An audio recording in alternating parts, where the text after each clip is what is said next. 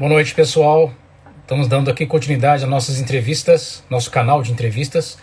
Traremos hoje uma convidada também especial, a doutora Bruna Borges. Hoje traremos um tema bem interessante que está aí bastante em polêmica na sociedade, que é justamente sobre a pandemia, né? Vamos falar da pandemia, como lidar com esse sofrimento psíquico, né? Então a nossa ideia hoje é tratar justamente essa temática. E a doutora Bruna aí gentilmente aceitou o convite para conversar com a gente sobre essa temática, né? Porque nós estamos passando por um período tão difícil que todas as pessoas estão enfrentando e a gente não sabe o que fazer, né? Nós estamos aí já praticamente nove meses, para não dizer, passando por esse período. E a questão é, o que fazer, né? Como lidar com esses sentimentos? Como lidar com com esse sofrimento que estamos passando, já desde o início do ano? Vamos então aqui ver a doutora Bruna Borges. Vou falar aqui sobre o currículo dela. Doutora Bruna Borges. Olá, boa tarde. Boa noite, doutora. Tudo bem? Boa tarde, tudo bem? Tudo bem, como é que está? Tranquila? Certo. Você está me ouvindo bem aí, Bruna? Ouvindo bem, você me escuta? Estou ouvindo sim. Ok. Estou ouvindo bem. Eu vou aqui só apresentar o seu breve currículo, né? Então, a doutora Bruna Borges, aí, eu conheço ela já há alguns anos, nós atuamos aí em conjunto lá no CAPSI, junto com o NPJ, né? Na Faculdade Marta Falcão, e estamos ali em parceria, junto com a professora Larissa também, né? Ali no NPJ, no CAPSI, então, uma parceria que começou, deu certo, que foram bem interessantes, né? Alguns projetos bem legais ali com o NPJ e o CAPSI, né? O Núcleo de Práticas Jurídicas e também o centro, né, de apoio psicológico ali na Marta Falcão. Então, a doutora Bruna, ela é psicóloga, atua na área clínica, professora universitária, tem mestrado em psicologia na área de processos psicológicos relacionados à saúde, qualidade de vida, trabalha com a questão de prevenção, promoção, avaliação cognitiva, controle emocional, né, práticas terapêuticas, políticas públicas. Está fazendo doutorado em antropologia social. Já concluiu o doutorado, doutora? Ainda não, Ainda tentando, não, né? né? Então tá. Para saber se eu vou te chamar de doutora ou só chamar você Doutor, de você, ou chamo você de Bruna mesmo, tá? Ela tem essa experiência, a expertise dela na área de psicologia de saúde, saúde pública, saúde mental e também trabalha com a área de psicologia clínica especialmente. Então, Bruna, para a gente não alongar mais, né, vamos ao que interessa a nossa conversa de hoje, então. Vamos falar, então, dessa questão do tema de hoje, que é a pandemia, né? Que nós estamos passando, enfrentando aí ao longo dos meses aí, no início do ano. E a gente fala sobre a questão do sofrimento psíquico, né? Como lidar com esse sofrimento psíquico?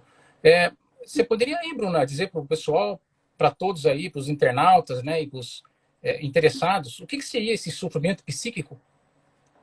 sim. Bom, obrigada, Guilherme, pelo convite, né? Sempre é muito legal estar compartilhando algumas práticas e alguns saberes, principalmente numa perspectiva interdisciplinar, né? Então, colocar aí a psicologia para dialogar com diferentes áreas é sempre um grande prazer. Bom, primeiramente que nós tendemos, né, a reduzir as experiências de sofrimento psíquico, geralmente, a determinadas caracterizações diagnósticas, né? Então, nós sabemos muito mais falar de modo geral, enquanto sociedade, de diagnósticos ou processos patológicos de vivências afetivas do que de um conjunto de experiências que são tanto vivenciadas afetivamente, sensorialmente, corporalmente. Então, o sofrimento psíquico, ele seria um conjunto de experiências vividas por um sujeito e que, de uma forma ou de outra, trazem alguma repercussão. Na maioria das vezes, vivenciada através de uma perda da libido, do prazer, do interesse na vida, nos projetos, dúvidas, receios, medos. Então, pensar o sofrimento psíquico é pensar na nossa própria experiência, né, da nossa condição humana, de estarmos constantemente atravessados por impossibilidades, né? Então, uma Uhum. pandemia, ela trouxe muito isso, né? Alguns tipos de vivências afetivas que nós podemos caracterizar como um sofrimento psíquico. Uhum. Esses sofrimentos psíquicos acabaram se aflorando mais com a pandemia, despertou mais, assim, como você acabou de falar, que tem medos, né? Então, será que essas, não sei se eu digo fobias, né? Esses medos acabaram se aflorando mais com a pandemia? As pessoas acabaram tendo mais, um sentimento mais aflorado?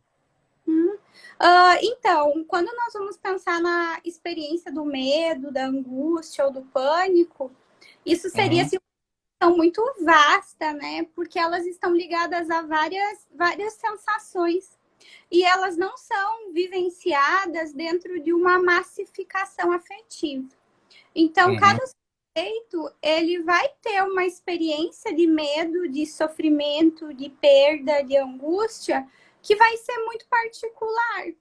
Então, Certo. geralmente, nós esperamos que os sujeitos sofram de uma determinada forma, né? Nós esperamos socialmente que o sujeito nos dê uma cartilha ali preenchidinha de quais Ah, são, né? De qual é o passo a passo para eu reconhecer aquela narrativa, aquela sensação como de fato algo que precisa ser cuidado. Então, se uhum. eu penso no medo, por exemplo, o medo é uma emoção basal, afetiva, afeta todos nós e nós temos que nos afetar pelo medo, né? Afinal de contas, é como se fosse um sininho que tocasse mesmo e evidenciasse uma situação fundamental de luta ou fuga. Então, o Uhum. medo é uma emoção fundamental de proteção. Tem alguma Uhum. coisa que pode acontecer, né? Então, é fundamental, é arcaico e é necessário.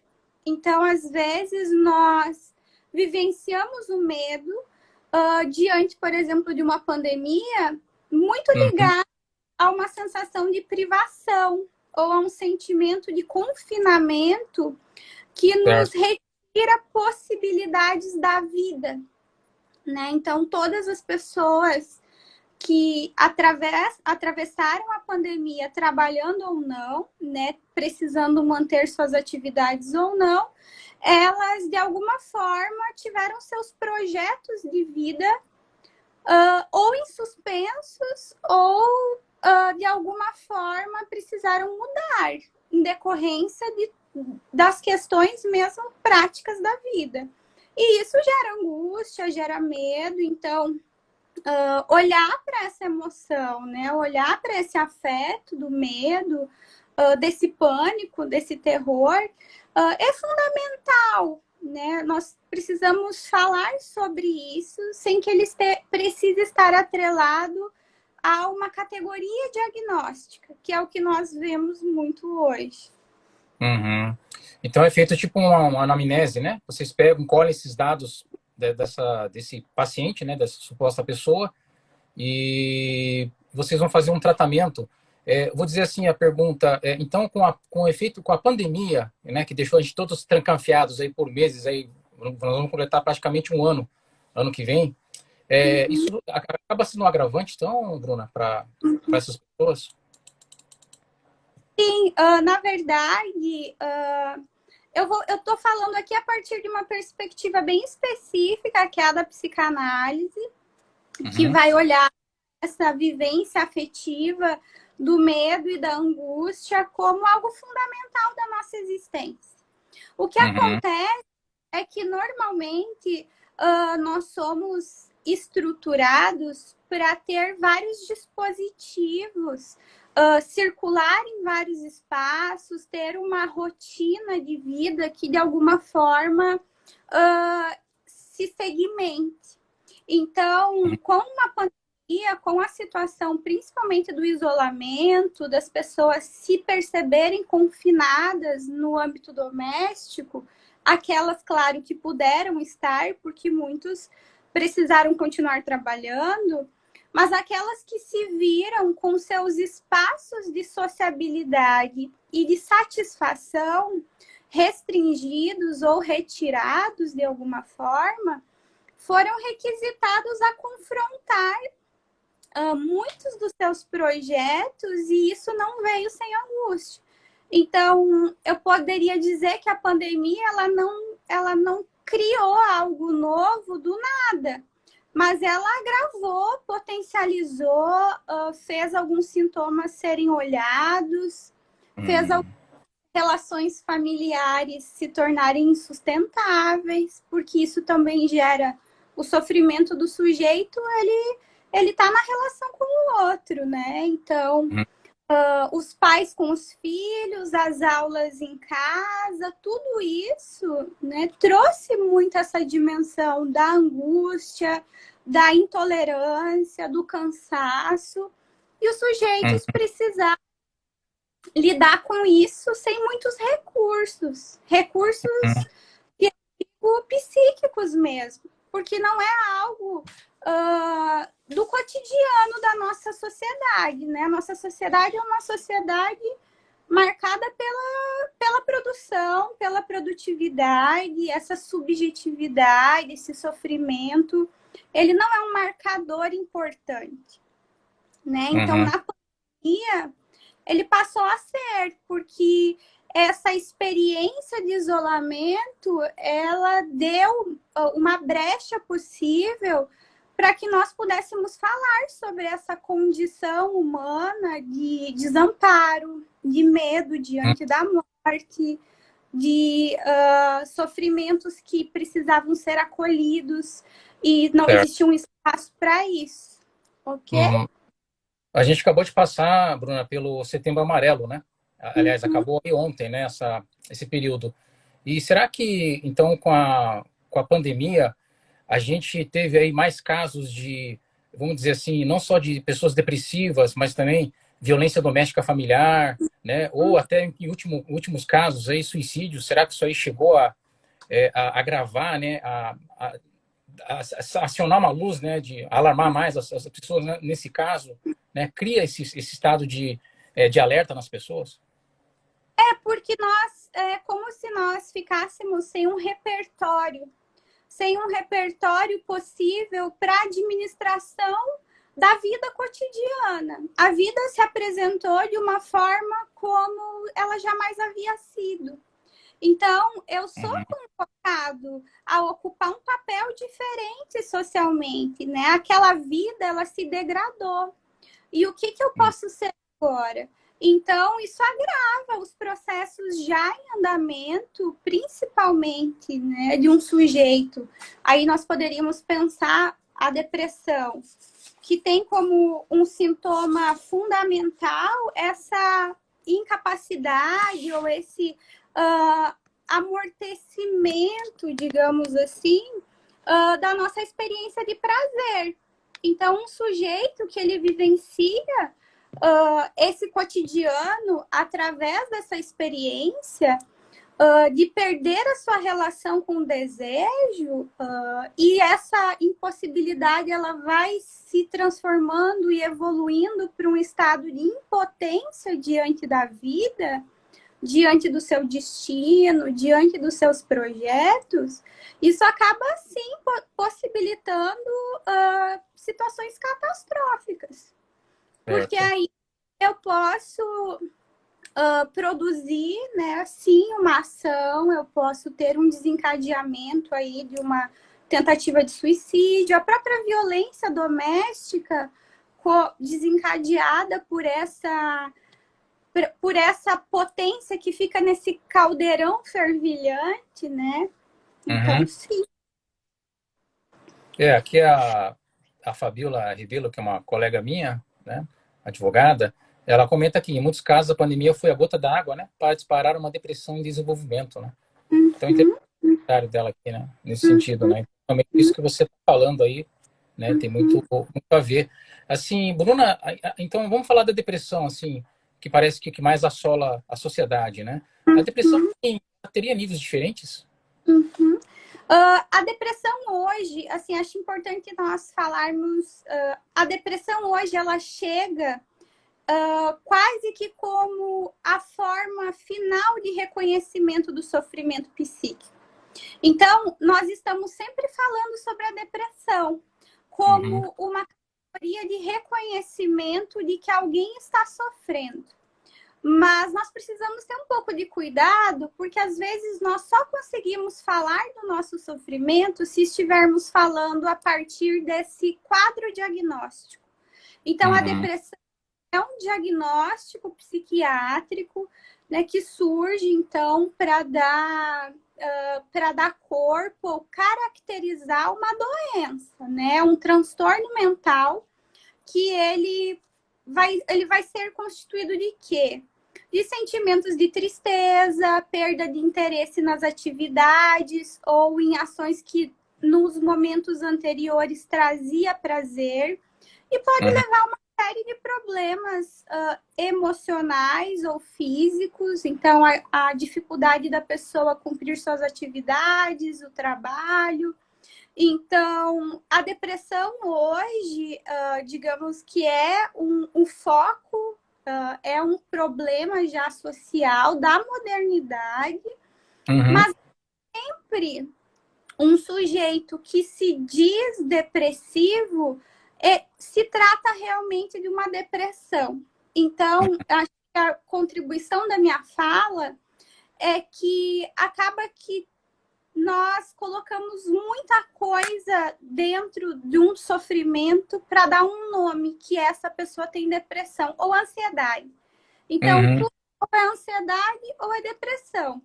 E às vezes nós precisamos olhar para isso um pouquinho mais, para descobrir que pode ser sim uma depressão, mas pode ser uma forma de sofrimento, pode ser um luto, pode ser perdi um emprego, pode ser estou desempregado, sem dinheiro, pode ser meu casamento está acabando, eu sofri uma violência, e isso tudo não pode entrar no mesmo bolo.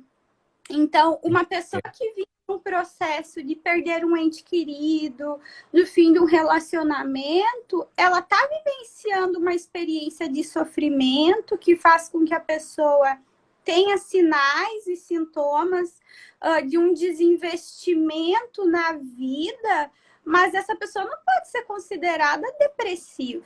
Essa pessoa está passando por um processo de luto, de uma tristeza, de um desinvestimento, e isso precisa ser cuidado também. Não quer dizer assim, tudo bem, fica aí. Não, mas existem formas de sofrimento e nem tudo vai caber num diagnóstico de depressão. É nesse sentido. Então, a nossa sociedade, ela tá com a depressão na ponta da língua.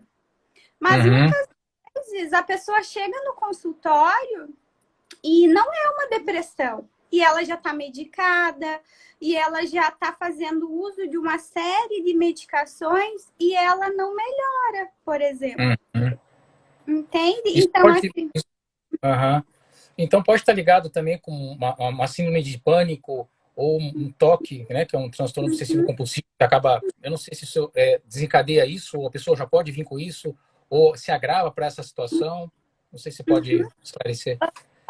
Assim, eu vou ter uma diferença entre categorias diagnósticas, que pode ser um transtorno de ansiedade, que pode ser uma depressão, que pode ser um toque, que pode ser uma fobia, que pode ser um pânico. Isso é uma categoria diagnóstica. Está num manual que alguém vai reconhecer e dizer, você tem isso. Outra coisa é o que o sujeito sente sobre ele mesmo. Então, muitas vezes, nós acabamos confundindo que o sofrimento e o diagnóstico, eles são uma coisa só. Então, é um diagnóstico. Nem todo paciente que se denomina depressivo, ele tem depressão. Mas, assim, por que ele não sabe disso? Por que ele produz essa narrativa sobre ele mesmo? Porque é isso que a sociedade reconhece. Então, é importante que eu seja o depressivo, o ansioso, o fóbico, ou que tenha toque, para que aquilo que eu digo sobre mim tenham reconhecimento, tá? Então, a depressão hoje, nós podemos falar dela em termos epidêmicos, mas nós precisamos ter muito cuidado, porque essa incapacidade ou amortecimento da experiência de prazer, que geralmente está na gênese da depressão, ela envolve múltiplos fatores, né? Então, eu tomo sempre muito cuidado quando um paciente chega e diz assim, eu tenho depressão. Me fala o que você sente. Me fala como é a tua experiência, como é o teu sofrimento, como é que você se sente. Porque às vezes, me falar, ele sabe dizer que ele tem depressão. Então, nós precisamos tomar esse cuidado, como a sua colega falou aqui, né? Que às vezes nós não estamos produzindo cuidado. Às vezes nós estamos replicando uma lógica patologizante da vida cotidiana, que é dizer que as pessoas ou elas são fracas e doentes, ou elas têm que ser muito fortes, né? Quem é que vai passar uma pandemia ileso? Não dá para todos não dá para generalizar tudo, né? Achar e colocar tudo no mesmo lugar, né? Exatamente. Mas daí, Bruna, me diga uma coisa: como é que eu posso detectar uma pessoa com sofrimento psíquico? Só o profissional de psicologia, o terapeuta, o psiquiatra teria essa condição, essa sensibilidade de detectar esse estado, essa condição, né? Como é que ela faz? Ela tem que, se ela perceber algo diferente, a gente tem que procurar uma pessoa. Como é que faz? Primeiro, né? Não. Eu vou depender muito do que essa pessoa qualifica como importante. Então, num ambiente de trabalho, eu consigo perceber se um colega mudou a relação com o trabalho, eu consigo perceber se um aluno que vinha num ritmo, ele passa a entrar num outro ritmo, passa a não assistir às aulas, passa a se relacionar diferente com aquilo que normalmente daria prazer e satisfação.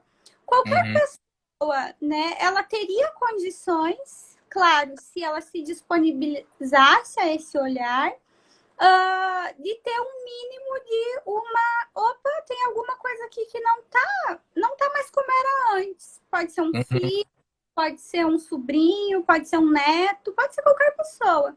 Então, geralmente, socialmente, nós esperamos que se torne um problema para que alguém possa dizer essa pessoa está com alguma coisa, né? Então, assim, então não é só o psicólogo, só o psiquiatra que tem condições de reconhecer o sofrimento. Agora, de tratar o sofrimento enquanto uma condição que gera, né, que pode estar atrelada a um transtorno mental, a uma depressão, ou a alguma outra coisa, aí sim só um profissional que tenha condições técnicas para isso, para avaliar a narrativa do sujeito. Agora, é importante que o próprio sujeito consiga produzir uma narrativa acerca dele mesmo, que envolva uma narrativa de sofrimento. Então, assim, eu não tenho, né? Só que geralmente o falar eu não estou bem não é suficiente para nossa sociedade. Para nossa sociedade, isso não. Não estou bem, mas não estou bem. E geralmente nós esperamos que o sujeito diga: eu não aguento mais, eu estou doente, eu preciso de um atestado médico.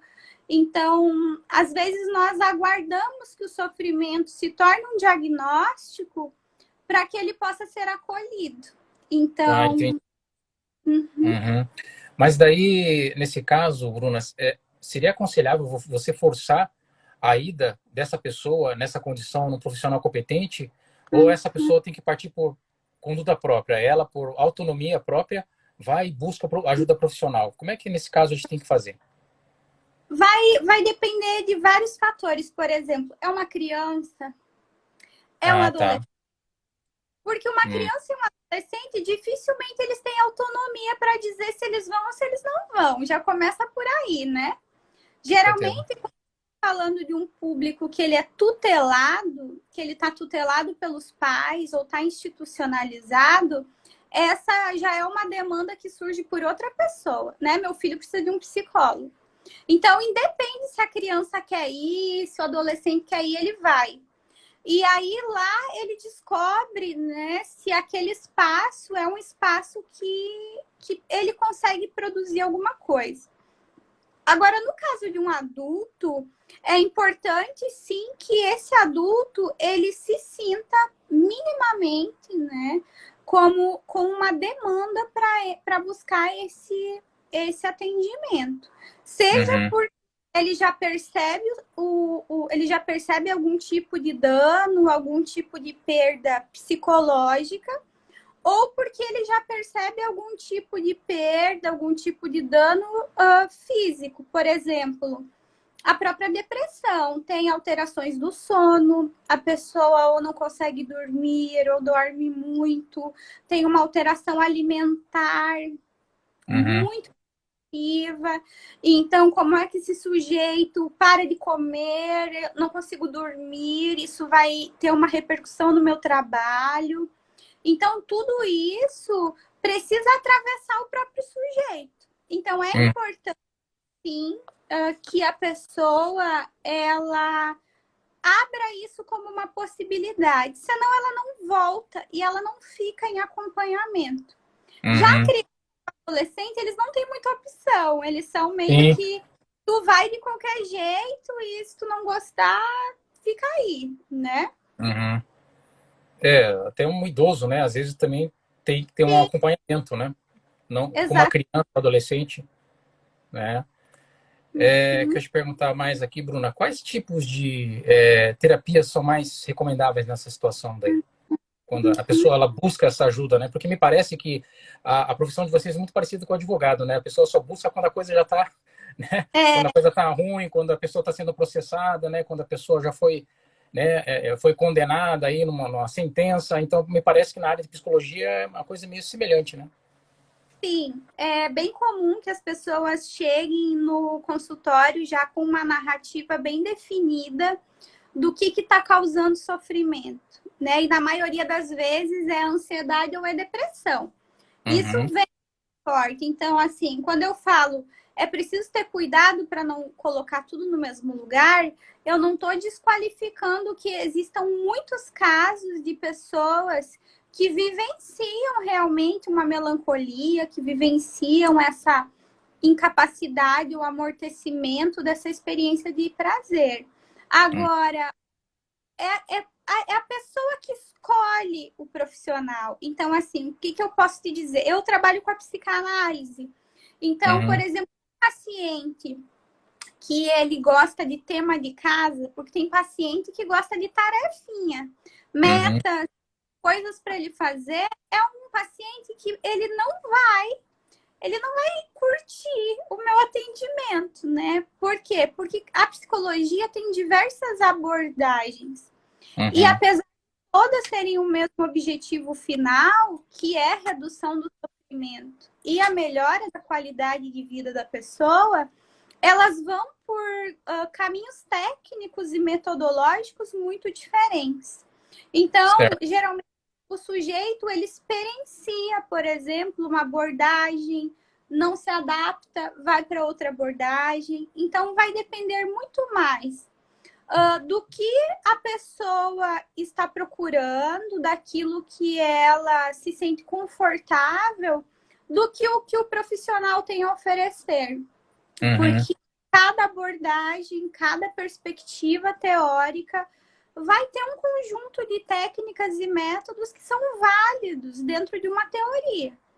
Agora, às vezes, o paciente não gosta, às vezes o paciente acha chato, e aí é outro. Então, não tem muito assim, eu vou te indicar para um outro psicólogo porque a minha não dá conta. Não, isso não tem.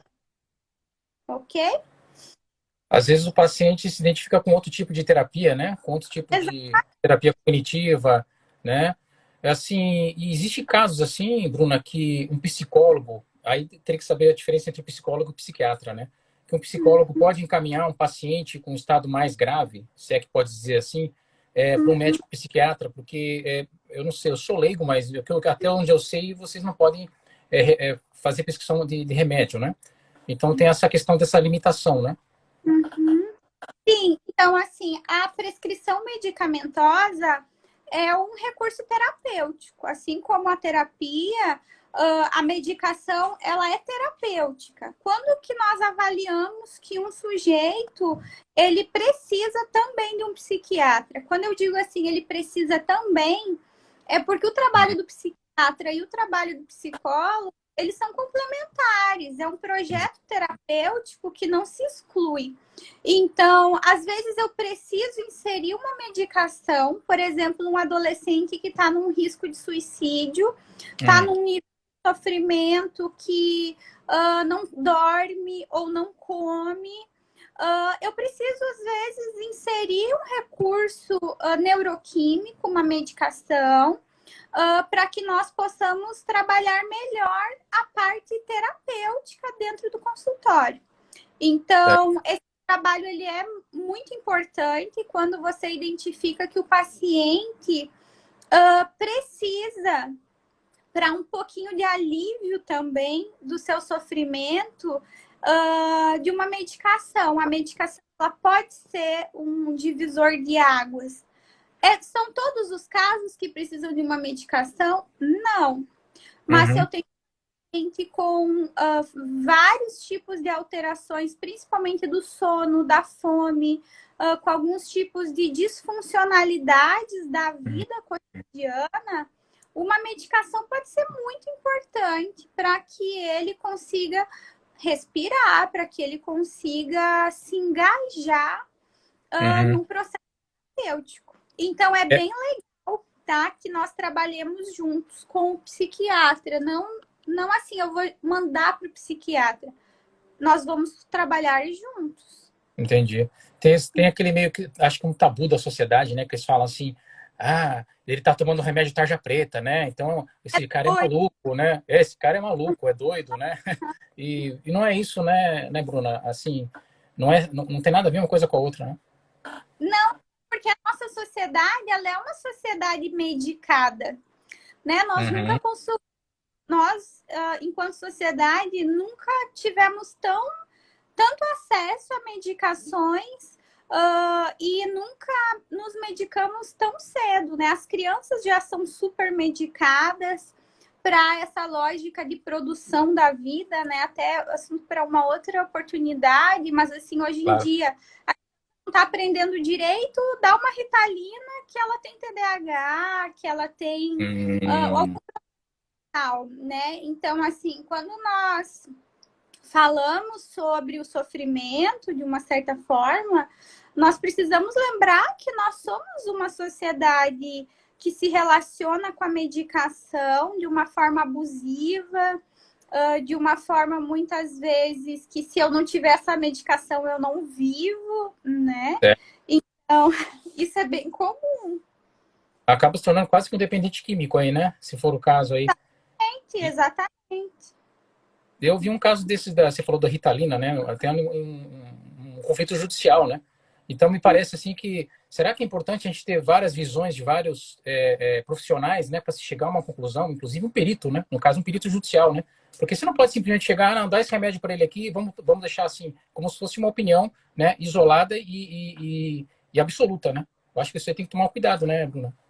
Exatamente, porque senão nós entramos numa lógica de patologização da vida, muito ligada à vida tendo uma lógica produtiva. Então, se essa criança não rende ou ela não produz a vida como todo mundo, ela tem um problema. E às vezes ela não tem problema nenhum, ela só aprende no ritmo dela, ela tem uma outra forma de aprendizado. E isso também acontece com o adulto. Então, um adulto, se ele não está trabalhando, se ele não está produzindo na mesma lógica do que o outro, ele tem que ter algum problema. Essa pessoa não pode ser normal porque ela está fora dessa lógica de produção da vida. E às vezes é muito perigoso, né? Certo. E nesse processo aí, a família, os parentes, os amigos, né? Eles são importantes nesse processo terapêutico aí, quando o sujeito ele enfrenta esse tipo de sintoma psíquico, é, enfim. Ah, a rede de eu costumo dizer assim, a rede significativa da pessoa, que pode incluir família, amigos, parceiros, são fundamentais, inclusive para o reconhecimento de que essa pessoa não tá legal. E assim, o não estar Uhum, eu preciso que os meus pares reconheçam o meu sofrimento para que eu comece a levar esse sofrimento para uma narrativa minha. Se eu falar uhum, para não tô bem, né? Isso acontece muito na depressão. Né? A pessoa não tá bem. Falta uma louça para lavar. Você não tem por que tá mal. Você tem tudo. Essas narrativas familiares de pessoas próximas, muitas vezes elas produzem um silenciamento do sujeito. Então, o uhum. sujeito ele adia a busca que ele faria por uma escuta, ele adia procurar um profissional, porque as pessoas que são mais importantes para ele estão dizendo que é bobagem. Certo. Então, Uhum, o envolvimento da família e dos amigos e das pessoas que são significativas para aquele sujeito é fundamental para o cuidado. Para que exista um cuidado, precisa existir esse envolvimento. Eu acho que esse é outro tabu que vocês enfrentam também, né, Bruno? Os profissionais de psicologia, né? Porque tem essa resistência, né? Não, ele vai lá, o cara deve ser meio maluco mesmo, né? Que tá precisando mesmo, né? Então E, sempre puxa por esse lado, né? Até meio preconceituoso, assim, né? Da profissão de vocês, né? Que na verdade é uma verdadeira absurdo, né? Assim que a gente sabe que acho que até vocês, profissionais, precisam, né? Também ter aí a ajuda psicológica, né? Como nós, advogados, precisamos ter ajuda de advogados, né? Normal. o psicólogo, assim, é importantíssimo que ele passe por um processo terapêutico, analítico, que ele faça um acompanhamento dos seus casos, que ele tenha supervisão. Então, é um trabalho de muito investimento afetivo mesmo. Então, como é que eu faço para acolher esse sujeito se eu também estou atravessada por um sofrimento? A pandemia também mexeu comigo, mexeu na minha casa. Então, tudo isso envolve que o profissional também se reconheça como alguém que precisa, né, desse cuidado. E esse Uhum. preconceito ele é dos próprios pacientes, né? Achava que vir aqui era coisa de doido, era coisa de louco. Mas enfim, acaba que são séculos de produção disso, de que Uhum. nós devemos falar sobre sofrimento, né? Nós devemos trancar o louco no manicômio. Do Uhum. contrário, fala sobre isso. Então, a nossa sociedade produziu isso durante muitos séculos. Uhum. Parece que é uma solução final, né? Pronto, põe ele lá, joga ele lá naquele lugar e a gente resolveu o problema, né? Como se fosse tão simples Exato. assim. Uhum. Uhum. E você pode estar desencadeando outros problemas para as próprias pessoas que fizeram isso, né? Na verdade, esse Sim, procedimento, né, ele não tem fim, né? Ele não acaba, né? Esse não. processo, né? Uhum. Bruno, outra coisa, assim, além da terapia, alguma atividade física, hobby, né? Ele pode ser recomendado na recuperação desse paciente, né, dessa pessoa? Sim, esse sujeito ele precisa, digamos assim, restabelecer o laço social, restabelecer o laço com o seu desejo, com a vida, fazer um investimento mesmo, principalmente no caso de uma depressão, de uma melancolia, em que o sujeito ele retira os seus investimentos afetivos da vida, né? Então eu não como, eu não durmo, eu não namoro, eu não me relaciono, eu não tomo banho, eu tô num processo aqui de desinvestimento. Quando o Uhum. sujeito consegue encontrar vias possíveis de restabelecimento desse laço social, e aí vai se dar de diversas formas, né? Através do restabelecimento daquilo que gera prazer. Pode ser Uhum. uma atividade, pode ser um novo trabalho, podem ser várias coisas. Isso vai depender do que aquele sujeito tem à disposição dele. Uhum. porque nós sabemos que nem todos os sujeitos têm à disposição muitas Pois é. possibilidades de recursos materiais, de recursos sociais, e às vezes isso compromete também, né? Uhum. Porque assim fica difícil de assimilar, né? Uma pessoa que está num estado depressivo, né? Ou nesse estado de melancolia, se ela tem se ela tem essa vontade, né? De realmente querer praticar uma atividade física, né? Ou buscar um hobby, né? Tocar um instrumento musical, né? Ou sei lá, fazer Uhum. leituras, não sei. Me parece que uma coisa tolhe a outra, né? Não sei.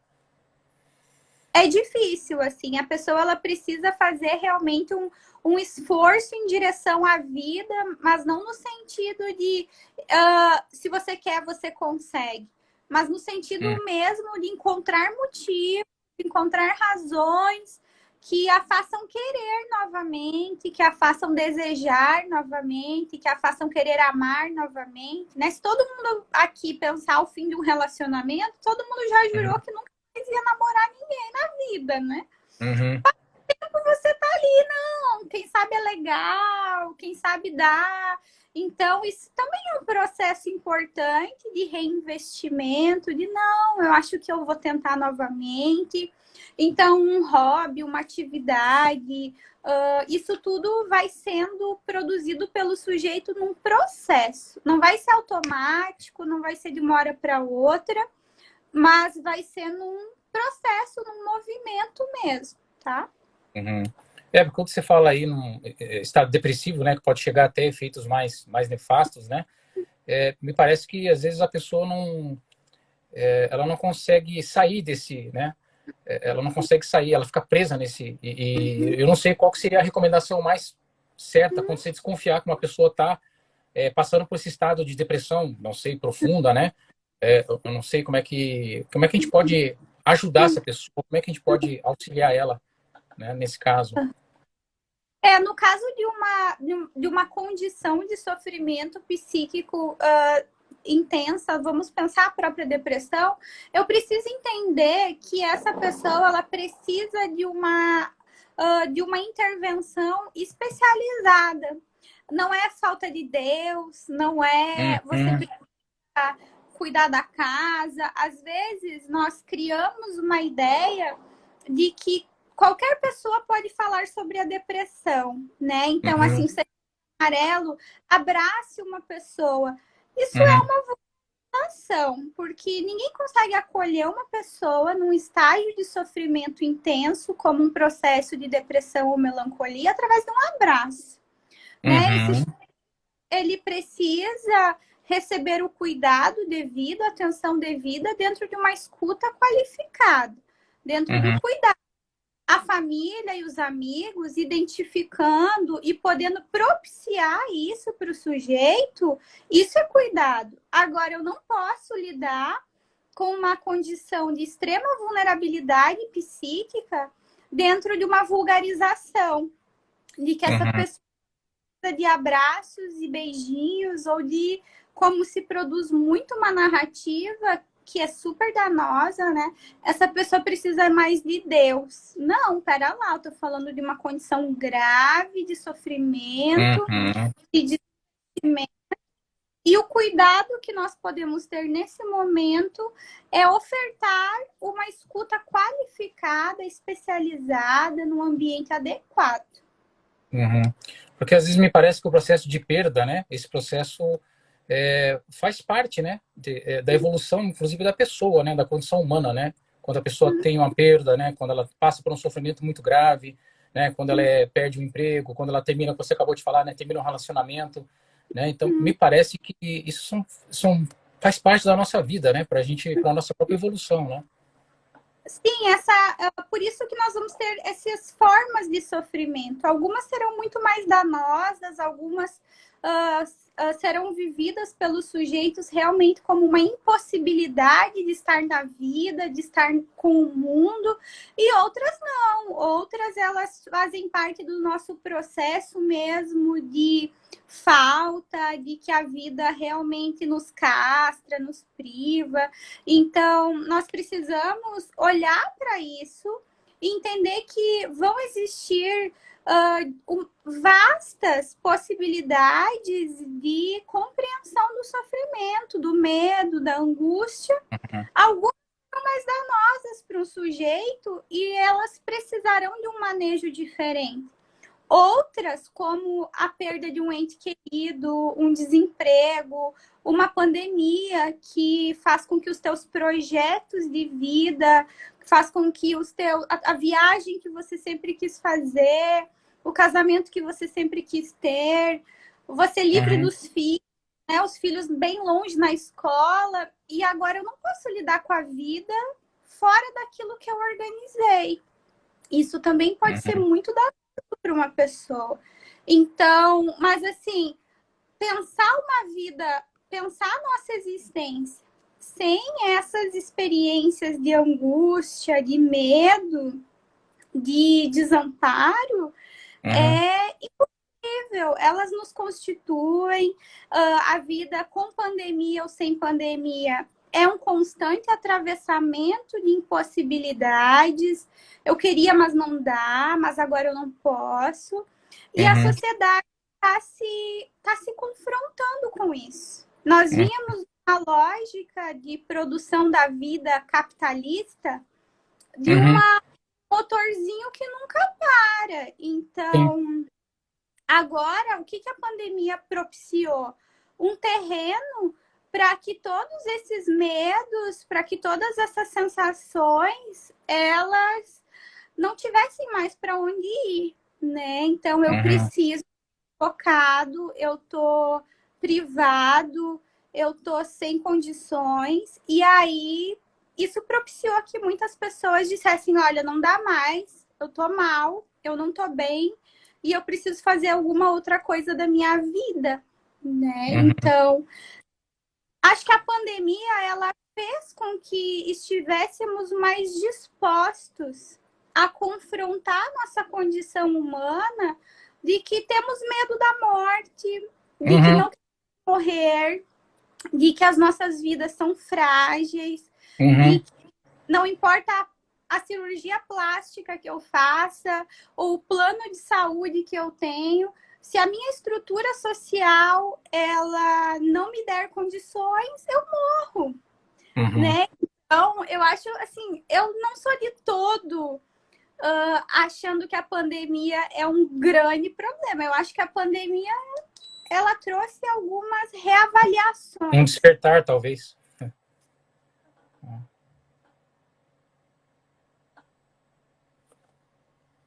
eu ver aqui. Falando com a Bruna aqui, deu uma travada.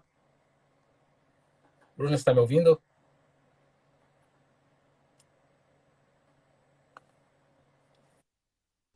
Oi? Deu uma travadinha agora? Tá.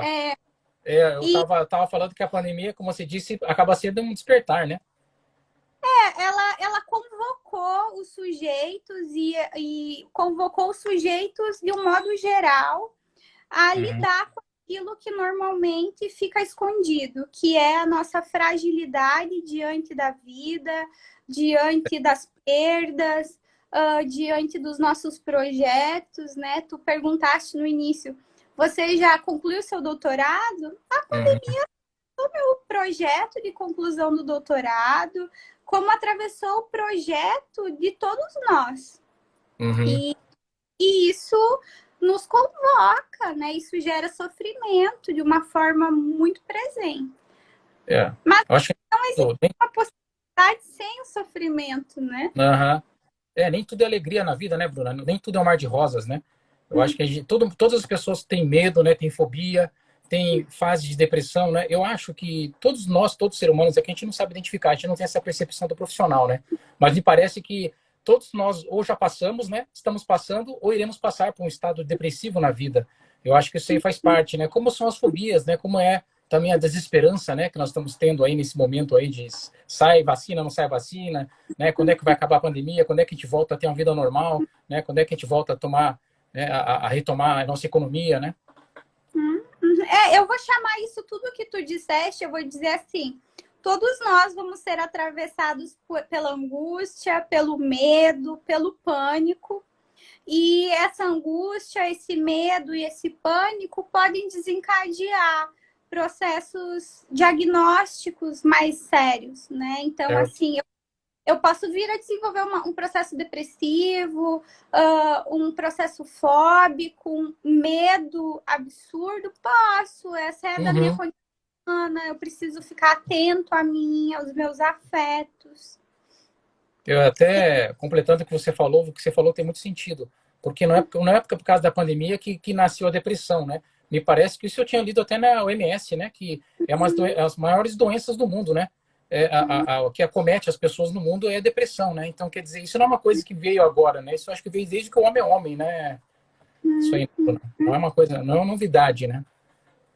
Não, não é. Nós sofremos desde que a humanidade existe, nós somos atravessados pela experiência de medo, e como eu já falei, o medo é fundamental, ele afeta todos nós e ele tem que afetar mesmo, porque ele é Uhum, fundamental, ele é arcaico, ele é necessário.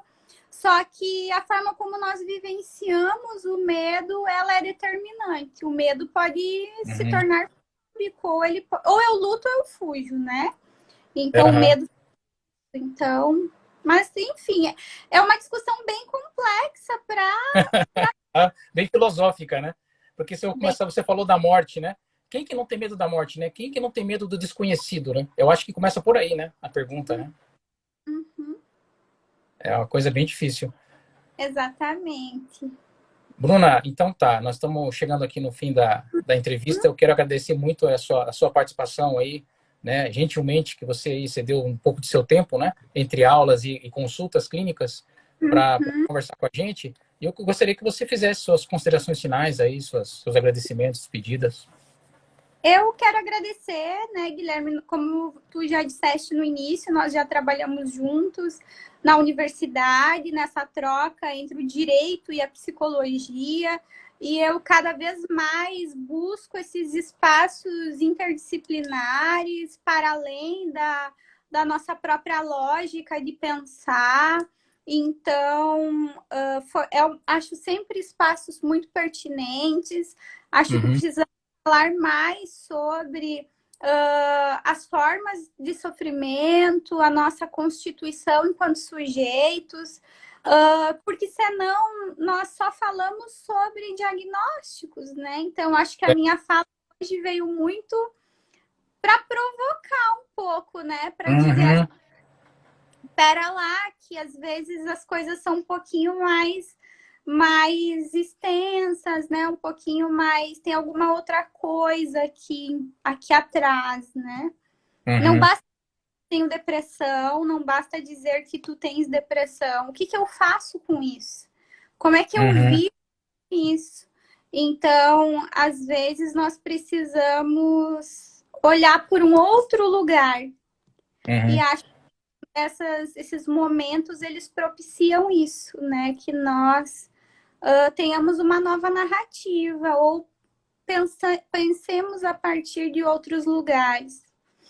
Eu acho que até igual o direito, né? A gente tem que pensar na prevenção, né? E não pensar só na Exato. consequência do resultado, né? Agora vamos ter que trabalhar o desastre, né? O estrago, né? Então, quando o estrago já foi feito, já é tarde. Então, a gente tem que trabalhar numa campanha muito mais preventiva, né? E não é uma questão, né? Aí, Bruno, eu não sei, a minha opinião, né? Não é uma questão só do Setembro Amarelo, né? Eu acho uma questão para a vida inteira, né? Isso aí é uma questão que perdura pela vida inteira, né?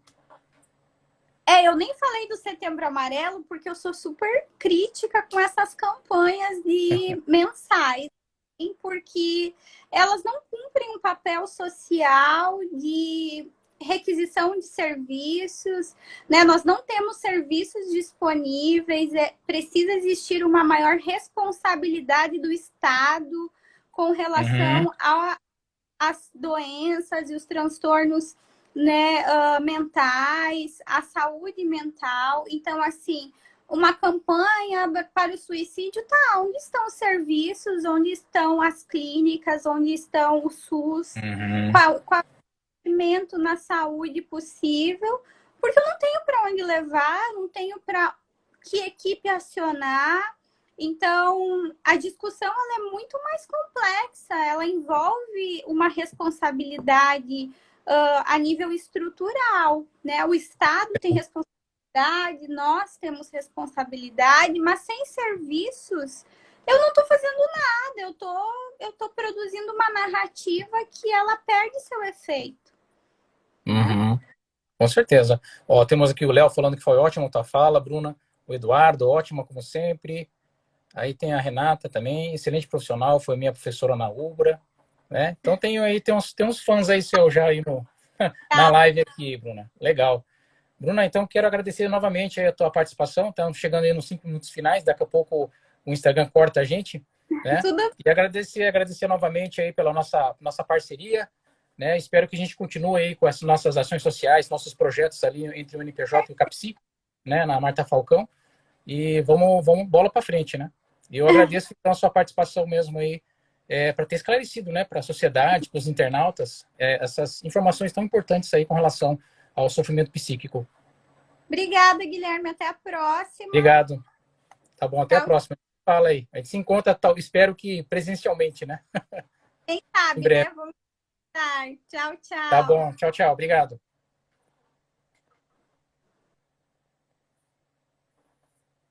Isso aí, pessoal. Obrigado aí pela participação de vocês aí.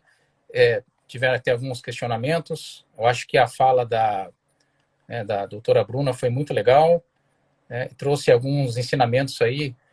A gente fica meio perdido nessa época de pandemia. A Luíne tá me chamando aí. Professor Guilherme. É isso aí. Obrigado aí. Tá?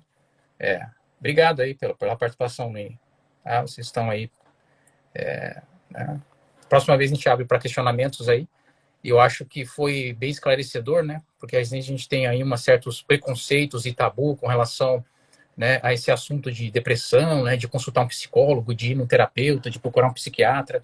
Eu acho que isso aí tem que isso aí tem que passar por cima, né? Todos nós passamos por isso, todos nós vamos a terapeutas, a psicólogos, é uma coisa normal hoje, né? Em última ratio, em último caso, né, temos até que ser medicados, né? Não adianta, né? Como a doutora Bruna falou, às vezes não adianta só buscar, né? Claro que é importante a gente buscar a espiritualidade, né? A gente acreditar em Deus e ter aí né, a gente tem uma crença, uma fé, mas tem casos que a gente tem que buscar também o auxílio médico, o auxílio profissional, né?